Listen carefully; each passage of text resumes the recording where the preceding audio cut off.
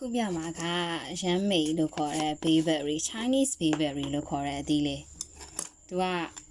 အသီးမှာအမွှားအမွှားလေးတွေနဲ့ဒီလိုမျိုးမှဲ့လာလို့ရှိရင်တော့အနီရောင်မှဲ့လာလို့ရှိရင်တော့အနီရောင်တော့မဟုတ်ခရမ်းရောင်နေဖြစ်သွားတယ်Google search မှာရှာကြည့်မယ်ဆိုလို့ရှိရင်တော့ Chinese bayberry လို့ရှာလိုက်လို့ရှိရင်တော့အနီရောင်တော့မဟုတ်ခရမ်းရောင်အသီးလေးတွေအများဆုံးတွေ့ရတယ်မြန်မာနိုင်ငံမှာတော့ဒီလိုမျိုးပန်းရောင်သီးပေါ့နော်ဒါကကြတော့သိပြီးမှတ်မှတ်သေးတဲ့အတွက်ကြောင့်မို့လို့အဝါရောင်လေးဒီအောက်မှာဆိုလို့ရှိရင်တော့ပန်းရောင်လေးသူကဓာတ်တိုးဆန့်ကျင်ပစ္စည်း antioxidants တွေဝါစာပါဝင်တဲ့အတွက်ကြောင့်မို့လို့အသားရည်ကိုကောင်းမွန်စေတယ်ရွယ်တင်နှုတ်ပြစေတာပေါ့နော်ဒါကြတော့သူအသီးကြီးပဲဒီတိုင်းစားလို့ရတဲ့ဘူးနဲ့ဖြစ်လို့ဒီတိုင်းထားလိုက်တယ်ပြီးရင်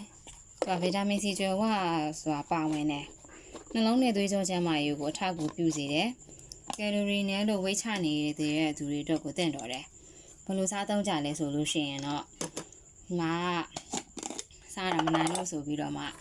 ကြားလေးနဲ့ဖြူလိုက်တယ်ဒါတွေကအကုန်လုံးကတကြားလေးတွေပဲထည့်ပြီးတော့မှသူကအရေးပြောသွားတဲ့အရေးထွက်လာတဲ့အခါကျတော့ဒီလိုမျိုးဝိုင်အနှံ့လေးရတာပေါ့နော်တရုတ်ပြည်မှာဆိုလို့ရှိရင်တော့သူ့ကို bayberry wine ရမ်းမေဝိုင်ပေါ့နော်ရမ်းမေကျိုးဖြစ်နေတောက်သုံးကြတယ်ဒါအခွန်ပါတဲ့အရေးရွှမ်းတဲ့အတွက်ကြောင့်မို့လို့မြန်မာနီးအရာတော့ဒါအေးတက်စာဆိုပြီးတော့တတ်မှတ်ကြတယ်ဒါသူ့အရေးလေးပေါ့နော်တခြားလေးပဲထည့်ထားတာသူအတီးကစားကြည့်လိုက်မယ်ဆိုလို့ရှိရင်တော့ချင်းလေးဒါပေမဲ့တခြားထည့်ထားတဲ့အတွက်ကြောင့်မို့လို့ဒါလေးကိုဒီကတည်းကအခဲကန်းထဲမှာပြန်ထည့်လိုက်ပြီးတော့မှအေးခံပြီးတော့တောက်မယ်ဆိုလို့ရှိရင်တော့ချင်းချူချူအေးလေးတော့နေပေါ့နော်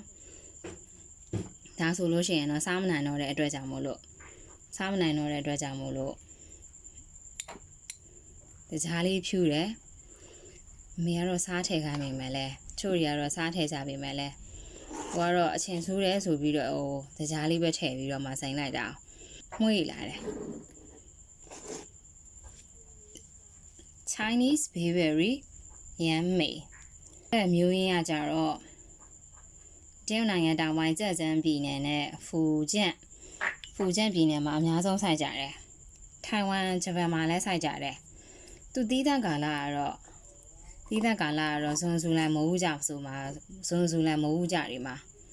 ပို့ပြီးတော့မှဖြစ်ထွန်းအောင်မြင်တယ်အဲကြောင့်လို့ရှိရင်တော့အနီရောင်ရဲလေးနဲ့ခရမ်းရောင်လေးတော့ထွက်မှာပေါ့ဗီတာမင် C ပါတယ်ဓာတ်တိုးဆန့်ကျင်ပစ္စည်း antioxidants ပါတဲ့အတွက်ကြောင့်မို့လို့ခန္ဓာကိုယ်ရွယ်တင်နှုတ်ပြစေတယ်သွေးသားကောင်းစေတယ်အသားရည်လှစေတယ်ပေါ့နော်ဗီတာမင် C ပါတော့အသားရည်လှစေနဲ့ antioxidants ပါတဲ့အတွက်ကြောင့်မို့လို့ရေးချောင်းတွေကိုရောပါတတ်တာစေတယ် Chinese bayberry မြန်မာလိုခေါ်တော့မုန်းသီးပါ